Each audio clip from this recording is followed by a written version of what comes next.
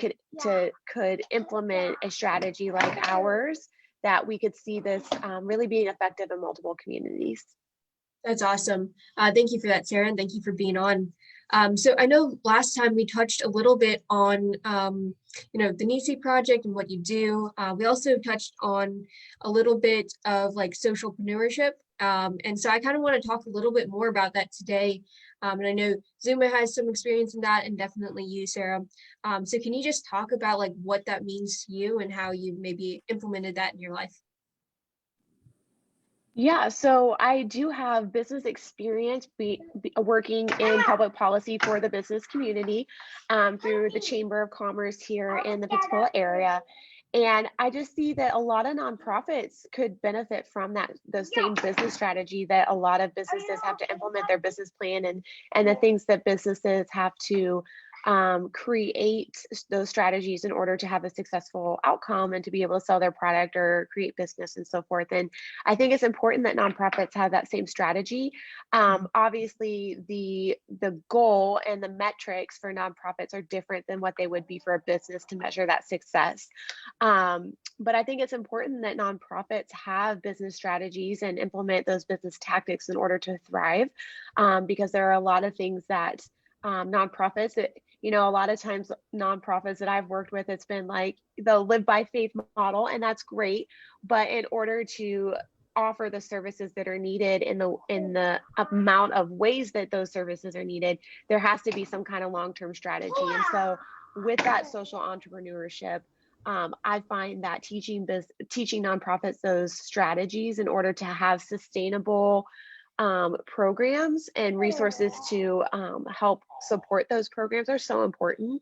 And I think now with my generation and with the upcoming generations, it's so important that even businesses, whatever their product is, whatever they're selling, it's very important to have that social aspect for them as well. So I just see more of a bridge between the two developing, and that's what I would define as social entrepreneurship.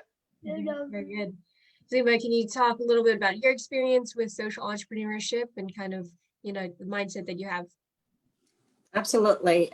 So my background is in holistic medicine, and as a holistic health practitioner, there is a huge part that goes into creating emotional intelligence and creating the awareness for space for emotional intelligence in the self. But obviously here we're talking about businesses and the entrepreneur. So my take on socialpreneurship is that it's an extension of that. When we bring in the caring part into the money-making part, a certain amount of balance will come into the lives of the entrepreneur, the owner, the founder, et cetera, as well as those that they lead, which could be their employees or maybe other business partners, et cetera.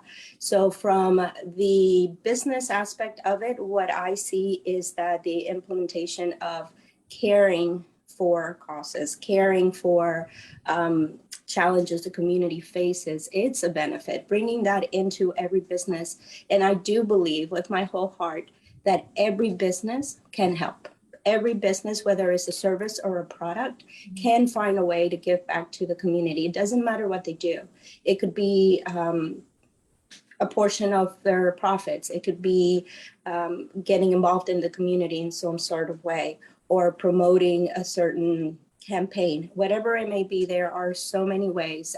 It's all about creativity, finding creative ways to be involved and to give back. Yes, I think that's so important as well.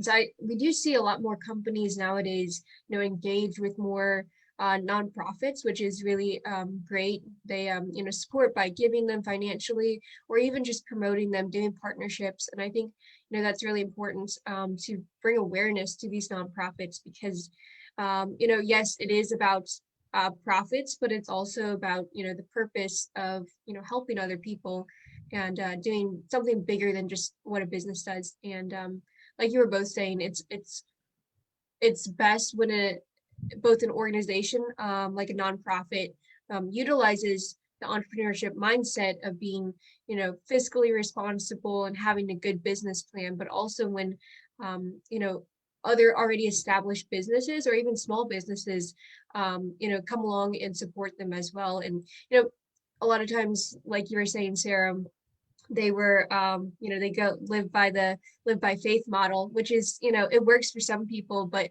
I just wonder how much more impact that they can have when they utilize, more of a business perspective of doing business. And so I think maybe small businesses could even help with that. And I know Dr. Milu is engaged with the community here in St. Louis. Can you talk a little bit about your work and kind of your mindset of social entrepreneurship?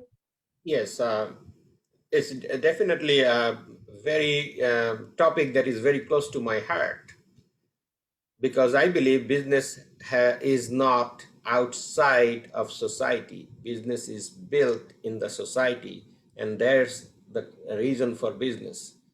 Business has a role in social development. So all businesses should be doing good to society. And when we talk about society, we mean everything that involves human and animals. So there is a nonprofit for, I have two dogs. We have two dogs here in our family. So anything that is social good, as a business, we should be doing it. And I'm involved in Capital Innovators, which is a company here, and it is a for-profit company in St. Louis, where we are getting different companies who are contributing a significant amount of money, millions of dollars for new startups, and they're getting revenue from technology mainly focused businesses. So we are helping those, and I'm one of the mentors for them. And I like to do more of this. So as far as the Vino and Vision, now we are in multiple states, and we recently have New Jersey and Texas. Texas is a very big state, very close to Florida and Louisiana, where we already have presence. So, and we have a lot of younger coaches who are joining us. Example I'll give you from Tennessee. We have Catherine joined us, and Zulma is leading all these coaches. So we will get to share some of those coaches in our episode coming up. And like Gina, who is in California, taking a lead of a lot of energy type work. And she's also involved in a lot of, I would say, nature type work, like plant and other things involved. So, how it's all play into the society and how we contribute to that is important. And we want to help all businesses that want to focus on that, especially with Sarah in NISI project, which is also a very good cause. We want to grow it all over the country with all of the coaches that are present everywhere that we have coaches. So we want to take that lead with Sarah and work with her to see if we can spread that message. I think Zulma can help on that and work with Sarah, and maybe even have discussion with all of our coaches and see what we can do, because that's our responsibility to make sure the society is growing with us. So that's what my take on this, Juliana.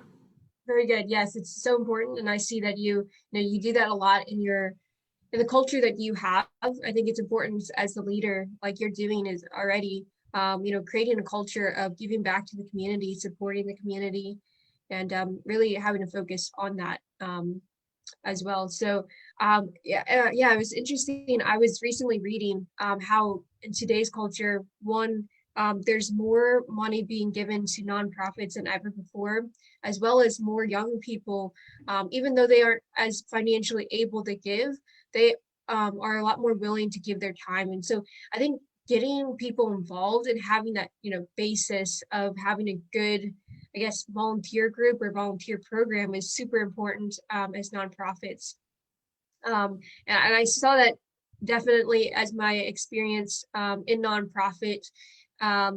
People wanted to have a good program to feel appreciated, for the work that they've done, but people are engaged and want to help, especially young people today. So Sarah, this question is for you. In what ways can, young people today, as well as, entrepreneurs, small businesses, get involved in helping, with your organization and with organizations around them? Yeah, so phenomenal question. I'll start with my organization. The number one thing that people can do to get involved is to educate themselves. That is the first step with a problem as complex as human trafficking. That education component is so important because it is a hot button issue. It is something that's talked about on social media and all over the news.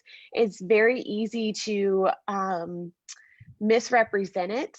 And so for people to understand exactly what it is and all of its forms, what it looks like, how to protect themselves, how to protect other people, and how to report is the number one thing that we train our volunteers to do. Because if they can't do that, then, the other things working with survivors is just kind of that next level. So we want to make sure that they understand the cause and how it occurs and all of the different components of it. And then from there, if they want to get involved, especially if they're not in our community, reach out to us to talk about. I will set up one-on-one meetings with people to discuss how they can implement this multidisciplinary response team in their community, because really it's all about having a conversation. People want to get involved. The business community wants to get involved. The healthcare community wants to get involved. Law enforcement wants to know how to do their job better, but also how to be involved and how to be effective. So the conversation is at the right time. So after you're trained, we tell people, figure out how you can implement this in your community. If you're in our community, join our team.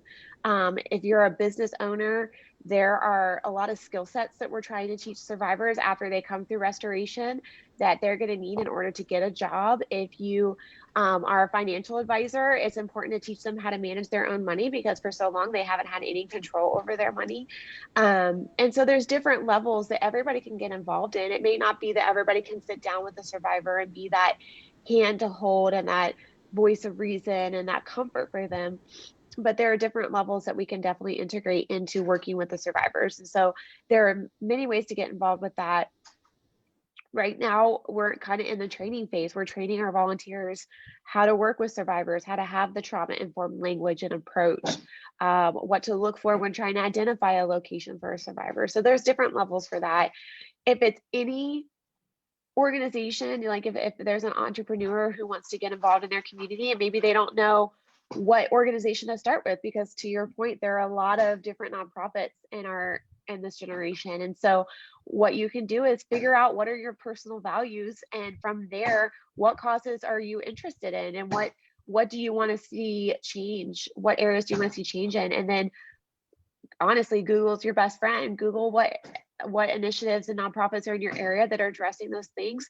Reach out to them, go to volunteer orientation, ask to talk to someone, and get involved that way. So it's really simple to get involved these days. You just have to, like I said, figure out what you're passionate about, because if you're not passionate about it, you won't stay. And so that's kind of the first element that's important. Very good.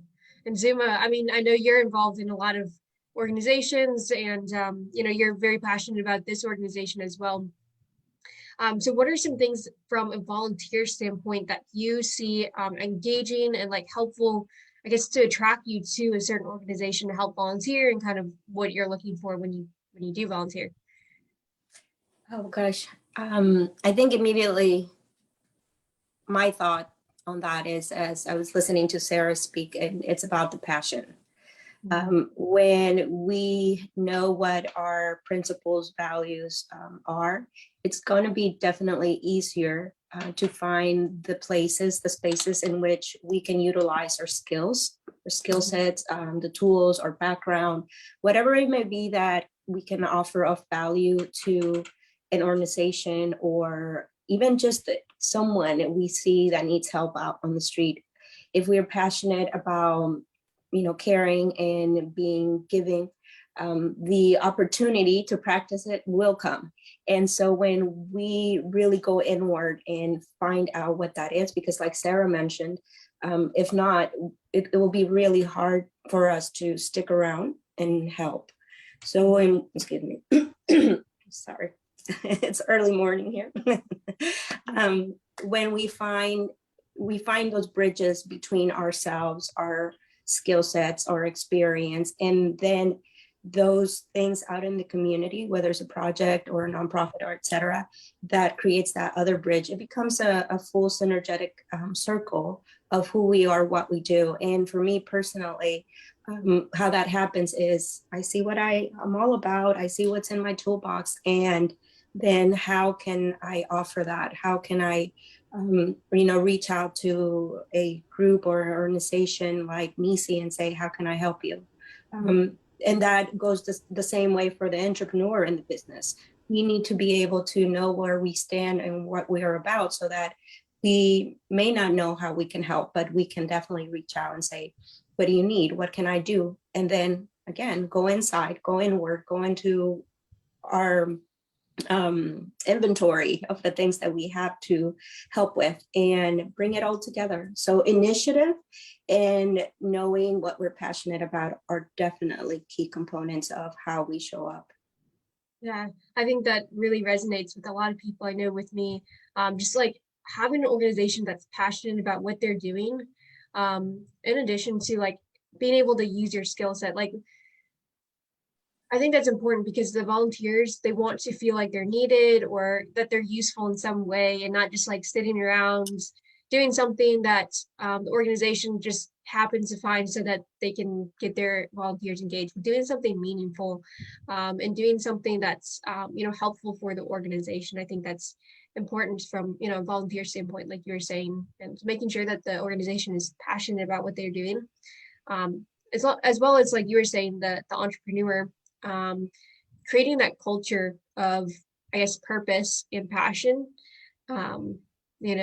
That's not just, I guess it's more than just an organization. It's more than just a business. It's something that they're passionate about, and that they're willing to promote. And I think it's interesting, as I was studying more about the American cultures and just cultural diversity.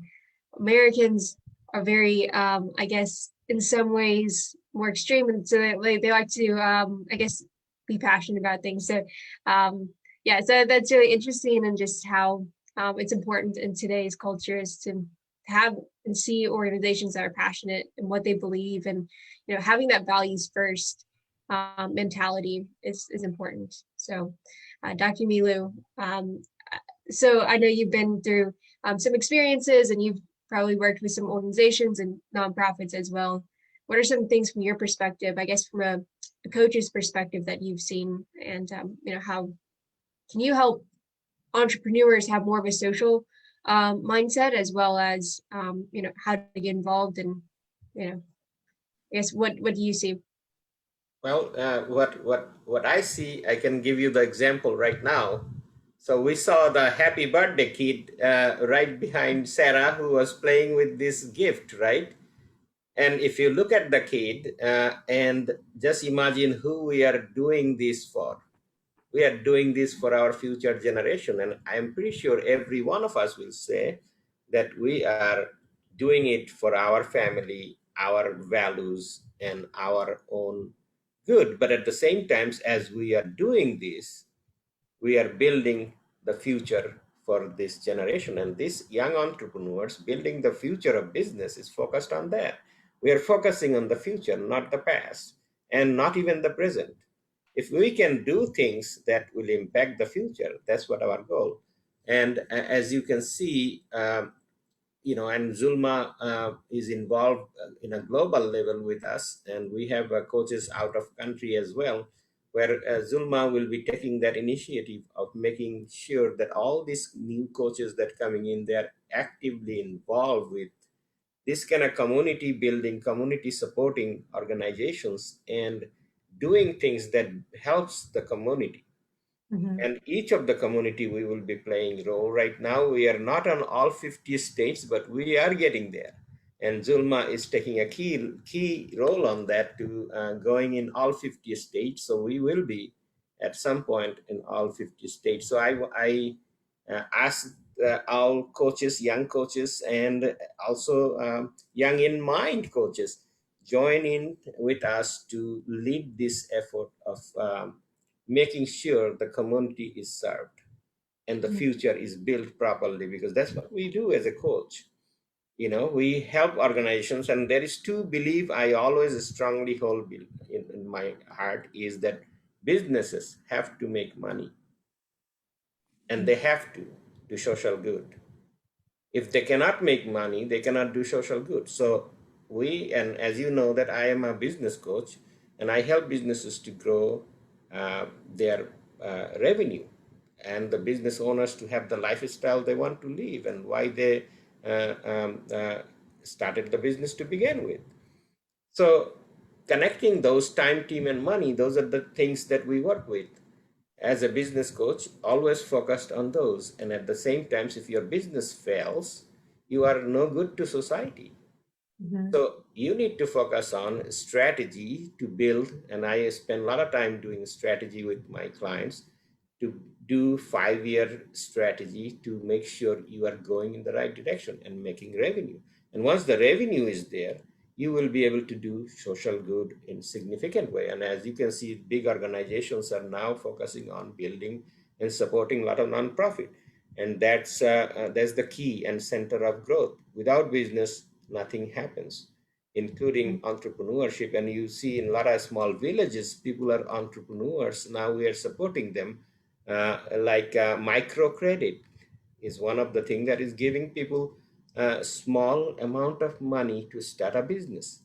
And we want to do that as well. We want to spread that goodness to the world so everybody can involve in entrepreneurship. And having that faith in yourself that, no, I can do it, is the key to growing entrepreneurship. Very well said. It looks like we're about out of time, but it was we're so glad to have you on, Sarah and Zuma, for your expertise and for sharing your knowledge. And if anyone is interested in the Nisi project, please reach out to Sarah. You can find her in her website, and I'll let her give you her contact information. Yes, you can reach out to us at team@thenisiproject.org or our website, nisiproject.org. Also our social media, thenisiproject.org. So we keep it pretty simple for everyone to find us, but definitely reach out if you have any questions. We'd be happy to talk to people one-on-one. Okay, thank you so much, everybody. Thank you. And we'll see you guys later. Okay, thank you. Bye. Thank you, everyone.